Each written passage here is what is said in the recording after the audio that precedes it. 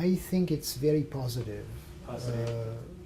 For a number of reasons. Number one, it is important for asset owners, like pension funds, to diversify the range of assets as much as possible. Now, this cannot be done in one shot. Usually, an asset owner starts with the easy asset class, which is bonds. Bonds, there's no principal risk, and there is a little return. When they get familiar with bonds, they move over to listed equities, stocks. And stocks give higher return, a little bit higher, but with volatility of the principal. So more risk.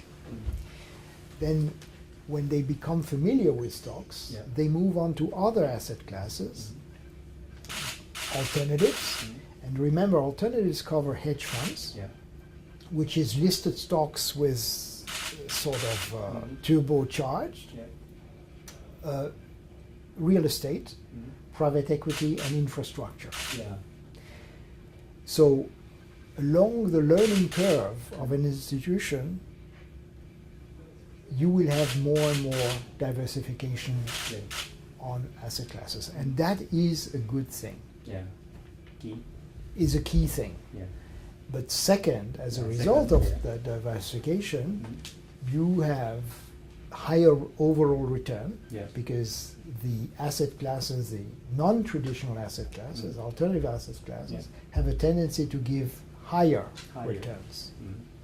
Sometimes with higher risk, but not necessarily.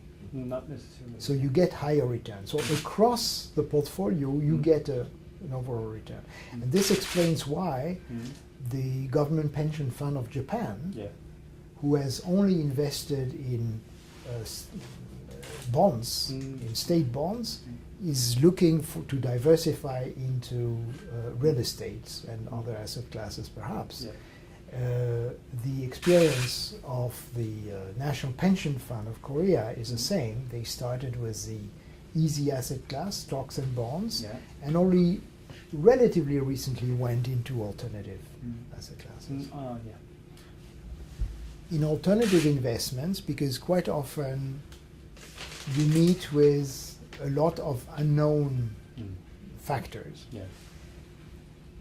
the best way to enter into such alternatives is to go after mature, established markets. So let me give you an example for what I know well, private equity. In the realm of private equity, United States has the rule of law. And that is very important for the safety and security of private equity transactions. So if you want to go into private equity, probably you will find out that the United States market for private equity is the first one, most familiar. Not necessarily the higher returning, but definitely the safest one to go into. Then you will have certainly the European market, and the Asian market is more difficult because in a sense fragmented. You do not have the same systems of laws across Asia. So Asia is more a matter of country-specific investment decisions rather than the whole region. That is a general statement. Now, if you ask me what is the most promising area for investment,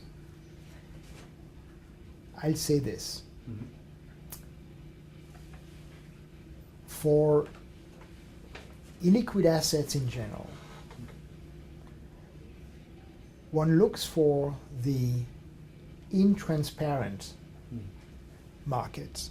Because if the opportunities are known by everybody, so there's no money to be made. So you're looking for things which are hidden, covered, and that requires a special effort. And in today's world, maybe you find those jewels Yeah. in emerging markets. Mm-hmm. So going forward, Yeah. it is very likely that the most promising markets for private equity are emerging markets. Emerging markets. Can I say this with absolute certainty? No, No. because again, Yeah. the other factor is safety, Yeah. the rule of law. By definition, emerging markets have very little rule of law. Mm. And as a result, even though the opportunity ex ante look very attractive, Yeah. after you've gone through the various problems Mm-hmm. of an emerging market, Mm-hmm. the results might not be up to your expectations. Yeah. Look, first of all, Mm-hmm. An investor always has to be very humble. Yeah. And I have to be very Have to humble. And I wouldn't take up the challenge of advising anything regarding the Korean Investment Corporation. But But yeah. in the early years of the existence of Korea Investment Corporations, Yeah. the leadership there was kind enough to invite me to make some presentation to the staff then. Mm. And essentially, I would reiterate what I said then, which is 5 or 6 years ago, which is that one has to make sure Make sure. there is organizational stability. Yeah. I used to know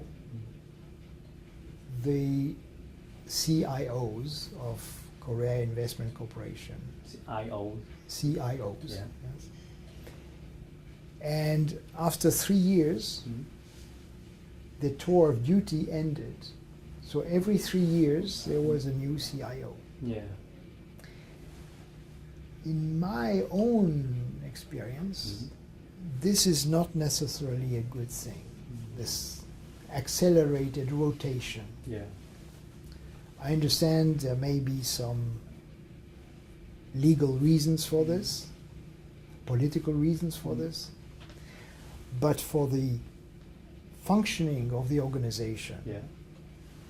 it is not a stabilization factor. Yeah. In other words, I used to be at ADIA for 11 years. Yeah. That's So true. that helped me train a new kernel of talent, of local talent. Yeah. And I was, in a sense, a memory of the organization. I had other colleagues which stayed for 15, 20 years. And that meant stability, organization stability. It is very, very critical and very important. So that is the one of the first elements that one should think about. Yes. The memory of the organization, Memory. the team stability, and of course, team incentivization. In other words, Yeah. people should be properly rewarded for their loyalty to the organization. Yeah. Apart from this, Mhm. I would say patience. Patience. Patience. Patience. Uh, Passion. passion. Ah. Well, there is passion Passion. and patience, meaning Patience. the quality of waiting, not acting precipitously. Ah, yeah. Oh, okay, okay. I got Okay. it. Yeah, patience. Yeah. Patience. Yeah, patience. Okay. It's very important Hmm? because this organization, KIC, has a horizon of investment of 50 or 100 years. This is the wealth of the nation, Yeah. or part of the wealth of the nation, which has to be invested. Yeah. The returns and the results cannot be seen overnight. Yeah. And I have read in the Western press an analysis of the annual report of KIC, stating, for instance, that the private equity asset classes delivered the lowest returns among all the asset classes of KIC. I think it was 8.4% 8.4. for 2013. Yeah. Right? First of all, one does not measure private equity on a 1 year period. And I think the performance was 8 and something percent per annum since the beginning of the private equity program. And since the private equity program probably started around 2008 or 9, this means it's very short time. And no judgment should be made on this short period. So, at this stage, that's all I can say because I don't know the detail, but I would say that the analysis made by the Western press probably was not appropriate in the case of KIC. Okay, so the major points are that there should be a organizational stability, and we should look in a longer period. Longer term, yeah. exactly, and have patience. Patience. I think there has been some attempt to cooperate. In the past. But I would say this, in the field of investment, cooperation means making investments together. Nothing else. Nothing else. There can be secondment, exchanges. You know, some people from KIC going for a couple of months into ADIA people going for a few months to KIC, things like this. But it never is as effective as investments in co-investments, investments together, made investments together. But this also is very difficult. And it's a learning process. So, and to the extent, and organizations have different secrecy levels of confidentiality level. And also, each sovereign wealth fund is tasked, has a mission, which is a national mission. And it's sometimes difficult to think that you can share a national mission with another country. All right?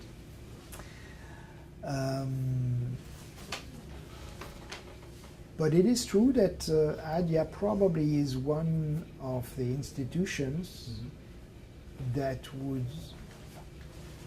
be the right cooperation partner for KIC, clearly. It's always good to have friends, and because these are two national entities, they can be the beginning of wider types of cooperation. You start with cooperation between sovereign wealth fund, and then you continue by cooperations into other areas of diplomacy or economic relations. One can do joint ventures. And obviously, Korea is a energy consuming nation. Abu Dhabi is an oil producing nation, so obviously there are all the necessary conditions for good joint ventures and cooperation. Okay, I will distinguish between the liquid alternatives like hedge funds and the illiquid alternatives like real estate, infrastructure, and private equity. Because the regulations have affected hedge funds more than they have affected private equity. Although, in a sense, it may be debatable. Mm-hmm.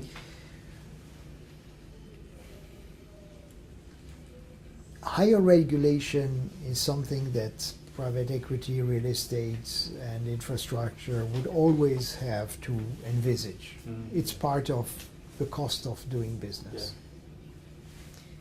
But regulation should not be an impediment. Mm.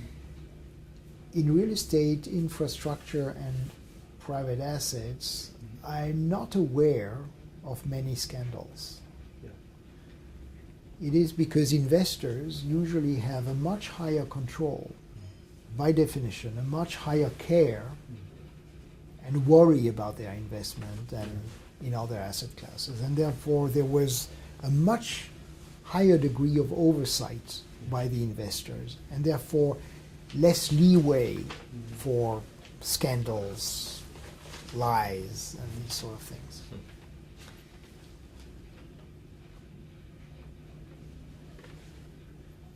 Now, the most important effect of the financial crisis is not really the financial crisis itself. It is the fact that measures had to be taken by governments to avoid that the financial crisis destroys economies. So that has left the room open for such things as quantitative easing, right? And the biggest problem that investors have to face today is what happens when this quantitative easing, meaning the liquidity, the inundation, the tsunami of liquidity that invades the world, what happens when it recesses? Because the consequence of liquidity everywhere is that asset prices have risen.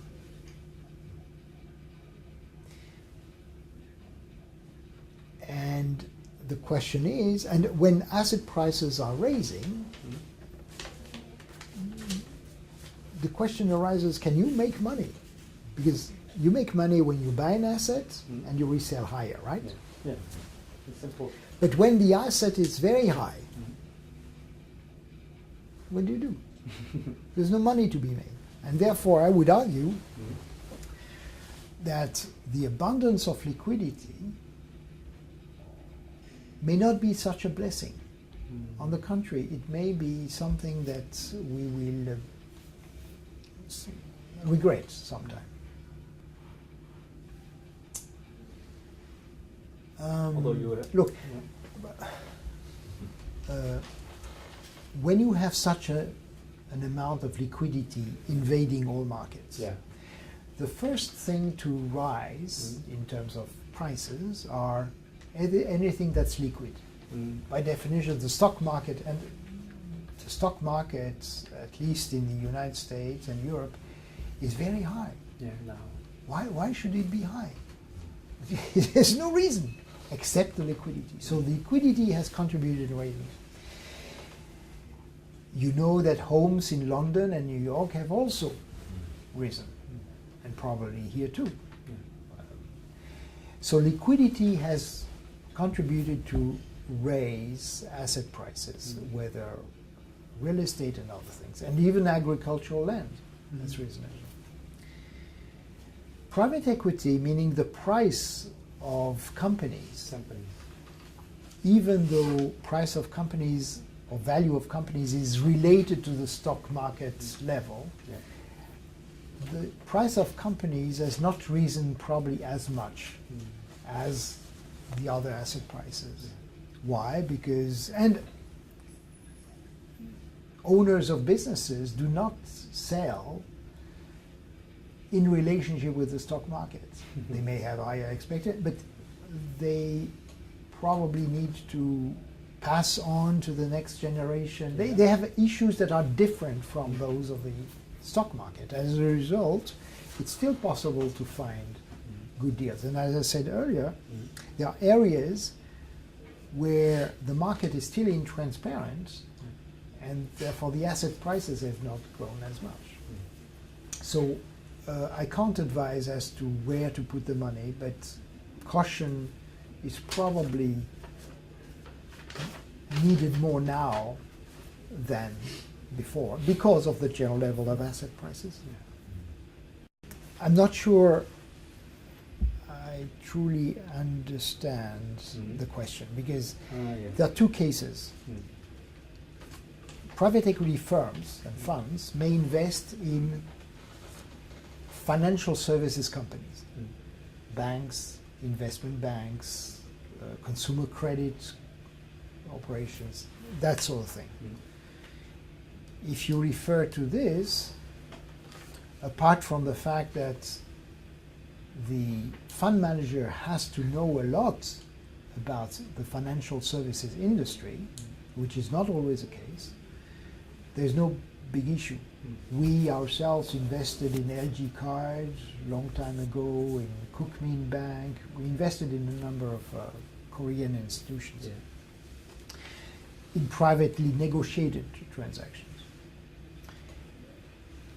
If you refer to the fact that private equity firms are engaging into investment banking activities such as mergers and acquisitions, as opposed to being simply an asset manager,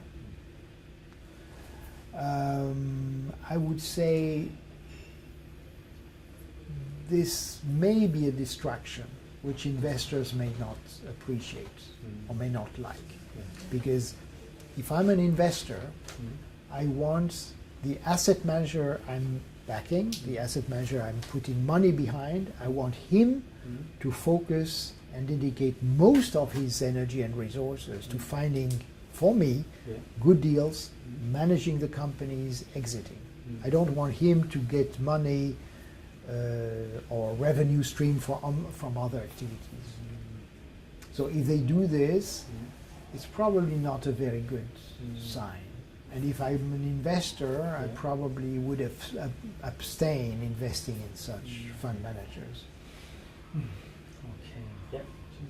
That was the end of the questions we have prepared. And Thank you. question 27. Okay, the Korean market doesn't have many players today. There's Vogo, Michael Kim, Scott Hahn. So there aren't too many private equity funds active in Korea.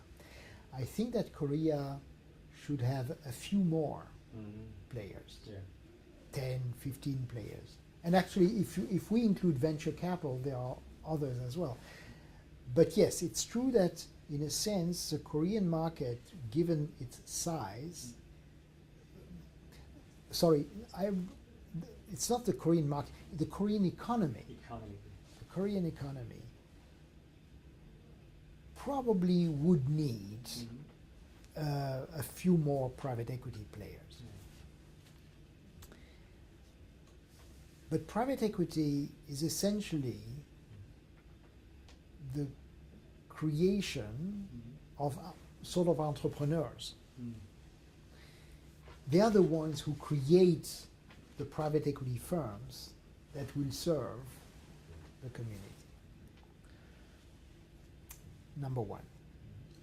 Number two, the Korean market in terms of investors is also very bifurcated, because you have a giant, the National Pension Fund.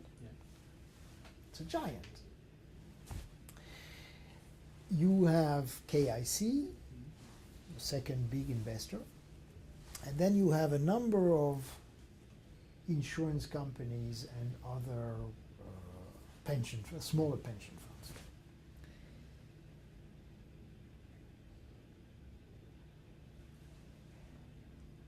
It is generally incumbent upon the investors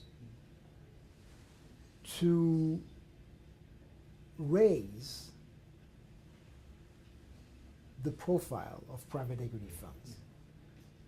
If the asset owners in Korea feel that they need private equity players or more private equity players as change agents, as catalysts for change, they themselves should encourage the creation of such new managers by opening up a little more. Opening up. Yes. Telling, look, we want to invest in this category. Could asset manager come to us and propose to manage for us? That sort of thing. So the dynamics is these asset owners should favor the emergence of new managers. And how do they do this? Well, by encouraging the existing managers first. Because those existing managers will grow and spawn others. You know, the people that have been trained at such and such firm will leave from other companies, and then you will have an ecosystem. So that is a way. But it requires the large asset owners to feel that they have this duty to the Korean community and economy. Nobody can do it in their place. So the regulations... Because new private equity firms will not be born until there is money to manage, right? But it is the same thing in Qatar, for instance. Qatar. Qatar has huge natural gas resources for a very small population. But it is the same thing in Qatar, for instance. Qatar. Qatar has huge natural gas resources for a very small population. Therefore has lots of money to spend, and therefore some money is spent outside of the country, some money is spent inside the country to develop infrastructure, hotels, accommodation, transport, the World Cup 2022, etc., etc. So same thing happened to Abu Dhabi and Dubai. In other words, the excess revenues from the oil resources provides a very good backdrop for economic activity. And in a sense, the liberalization of Dubai, meaning the openness of Dubai to receive foreign workers, to receive the headquarters of companies, international companies, all this contributes to making Dubai and Abu Dhabi good places for business and residence.